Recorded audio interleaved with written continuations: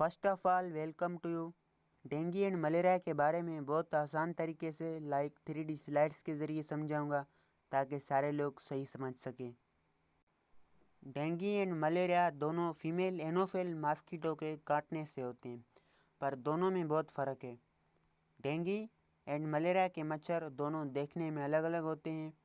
Dengue के मच्छर को वाइट स्पॉट सफ़ेद निशान होते हैं और ये मच्छर अक्सर सुबह और शाम को निकलता है और कहाँ कहाँ मौजूद होता है, फूलों के पार्ट्स में जिसमें कुछ वक्त के लिए ठहरा हुआ पानी हो, रबर, प्लास्टिक या टायरों में बरसात का पानी जमा होने से। पर यह डेंगू मॉस्किटो गंदगी या नालियों में नहीं रहता, उसमें मलेरियल मॉस्किटो अक्सर पाया जाता है। डेंगू के वायरस के 4 सीरोटाइप्स अक़साम हैं: dengue 1, dengue 2, dengue 3 and dengue 4। और ये वायरस फ्लाई वायरस फैमिली से ताल्लुक़ रखते हैं। जब एडिस इजिप्टी मॉस्किटो काटता है तो वायरस हमारे खून में शामिल हो जाता है। फिर 3 से 10 दिन के बाद डेंगू की निशानियां नज़र आने लगती हैं और ये वक्फा वायरस लगने से लेकर निशानियां नज़र आने तक, इसको इंक्यूबेशन पीरियड कहा जाता है, जो 3 से 10 दिन है। और वो कौन सी साइंस एंड सिम्टम्स निशानियाँ होती हैं? बुखार, जिसको डेंगू ब्रेकबोन फीवर कहा जाता है क्योंकि इसमें जोड़ों और पेटों में ज़्यादा दर्द होता है। और पेन बिहाइंड आइज़, आँखों की हरकत करने से आँखों के बाल के पीछे दर्द महसूस होता है। हेडेक, सर दर्द का होना। हाई ग्रेड फीवर, तेज़ बुखार। लैक्रिमेशन, आँखों से पानी का बहना। Nausea and vomiting. लिम्फेडिनोपैथी और रैशेज, जिसमें जल्द पर सुर्ख निशान नज़र आते हैं। डेंगू हेमोरेजिक फीवर, और ये तेज़ बुखार के 5वें या 7वें दिन होता है और ये बहुत ख़तरनाक होता है क्योंकि इसमें डेंगू वायरस के 2 या 2 से ज़्यादा अक़साम सीरोटाइप्स पाए जाते हैं। और थ्रोम्बोसाइटोपिनिया, खून में प्लेटलेट्स की कमी हो जाती है। नॉर्मल प्लेटलेट्स की रेंज क्या होती है? 1.5 लाख से लेकर 4.5 लाख पर माइक्रोलीटर ऑफ ब्लड। इस प्लेटलेट्स के नंबर की कमी होने से खून बहने के चांसेस ज़्यादा हो जाते हैं, जैसा कि अल्सर, कोई ज़ख्म या सूजन हो, वहाँ से बहुत छोटी खून की नालियों से ब्लीडिंग हो सकती है, वो चाहे जिस्म के अंदर हो या बाहर हो। और हाइपो एल्ब्यूमिनीमिया, मतलब खून में एल्ब्यूमिन की कमी हो जाती है, जो प्रोटीन होता है ख़ास किस्म का, और दूसरे प्रोटीन्स की भी कमी हो जाती है। और एल्ब्यूमिन की नॉर्मल रेंज क्या होती है ब्लड में? 3.4 से लेकर 5.4 ग्राम पर डेसीलीटर ऑफ ब्लड। ये सारी साइंस एंड सिम्टम्स थी। और इसके बाद कॉम्प्लिकेशंस यानी मज़ीद नुकसानात भी हो जाते हैं। उसमें ये है कि प्लूरल इफ्यूजन, फेफड़ों में पानी।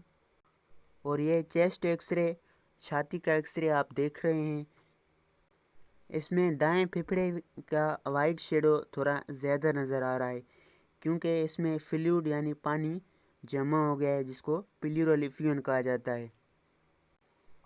और यह चेस्ट एक्सरे है एक नॉर्मल आदमी का, जिसमें दोनों लंग्स सही नज़र आ रहे हैं, इसमें कोई भी फ्लूइड नहीं है और इसलिए कोई भी वाइट शेडो नज़र नहीं आ रहा। और दूसरा कॉम्प्लिकेशन है असाइटिस, यानी पेट में पानी का हो जाना। और तीसरा कॉम्प्लिकेशन है एन्सेफेलाइटिस, यानी दिमाग, जो अंदर दिमाग है वो उसकी सूजन हो जाती है और उसकी वजह से ज़्यादा सर में दर्द होता है और कन्वलेंस हो जाते हैं। और कई मरीज़ों की इसलिए भी डेथ हो जाती है क्योंकि और हाइड्रेशन पेशेंट को, मतलब ज़्यादा फ्लूइड दिया जाता है, या इम्प्रॉपर ट्रीटमेंट की वजह से, और दूसरा के लेट डायग्नोसिस की वजह से, या डेंगू शॉक में तो 45% की अक्सर डेथ हो जाती है। अब डेंगू का डायग्नोसिस पढ़ेंगे, इसमें कौन सी लेबोरेटरिकल टेस्ट्स की जाती हैं और क्या देखा जाता है। CBC, कंप्लीट ब्लड काउंट, जिसमें thrombocytopenia, low platelets and leukopenia, low white blood cells, हो जाते हैं। एंड सीबीसी टेस्ट में हेमाटोक्रिट मतलब खून के सरखलियों का मजमूई मकदार, ये हेमाटोक्रिट नॉर्मल से 20% या 20% से ज़्यादा हो जाता है क्योंकि प्लाज्मा की लीकेज हो जाती है। प्लाज्मा क्या है? खून के सेल्स के अलावा जो पानी होता है खून में वो प्लाज्मा है, जिसमें फिब्रिनोजिन मौजूद होता है। और अगर प्लाज्मा से फिब्रिनोजिन निकाला जाए तो उन्हें सीरम कहा जाता है। और ये फिब्रिनोजिन एक प्रोटीन होता है जिससे फिब्रिन बनता है नॉर्मल ब्लड क्लॉटिंग सिस्टम में।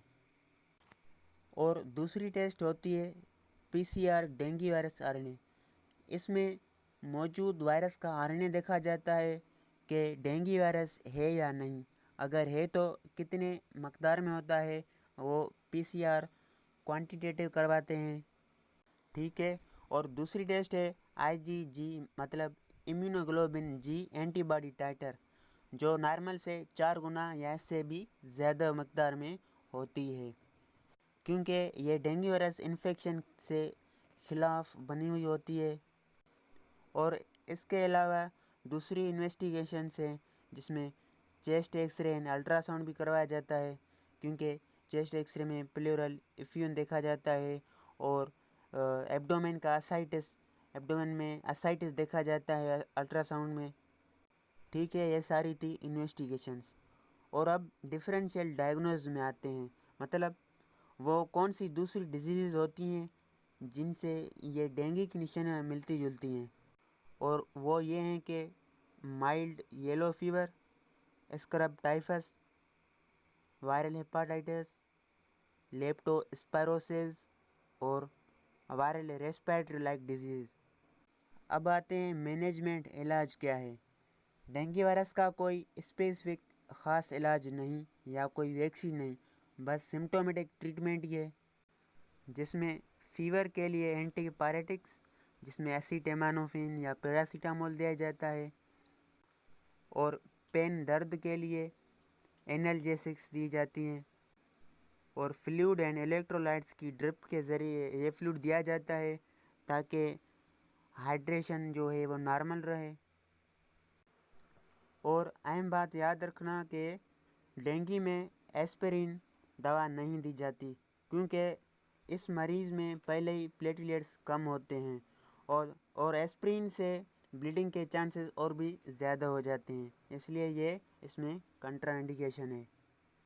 और अगर पेशेंट साइनोटिक पीला हो गया है तो उसको ऑक्सीजन दी जाती है क्योंकि उनसे जो पहले लंग्स में कॉम्प्लिकेशंस होता है, लंग प्लूरल इफ्यूजन।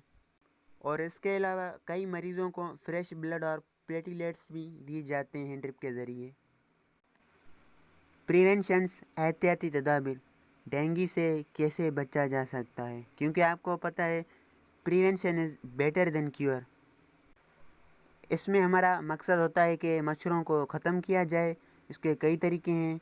घरों में पानी इकट्ठा करने की चीज़ें साफ़ रखें, फूलों या बाग को दिया हुआ पानी और बरसात के पानी को ज़्यादा वक्त के लिए रहना ना दें क्योंकि ये कुछ वक्त के बाद ख़राब हो जाता है और बाद में इसमें मॉस्किटोज़, अदर इंसेक्ट्स और बैक्टीरियाज पाए जाते हैं।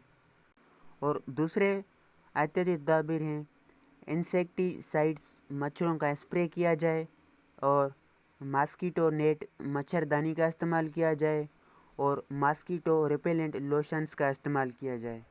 मलेरिया के बारे में नेक्स्ट लेक्चर होगा। और ये सारा तो डेंगू के बारे में था, इसकी कोई ट्रीटमेंट स्पेसिफिक नहीं थी, पर जो मलेरिया का लेक्चर होगा उसमें इसके बारे में ट्रीटमेंट और डोजेज भी सारे बताऊंगा, ब्रांड नेम्स मेडिसिन्स भी बताऊंगा। और उसके साथ ये ज़रूर मेंशन करूंगा कि अगर मलेरिया में फ़ीवर होता है तो कैसे साइन एंड सिम्टम्स निशानी से पता चले कि ये टाइफाइड का हो सकता है या मलेरिया का।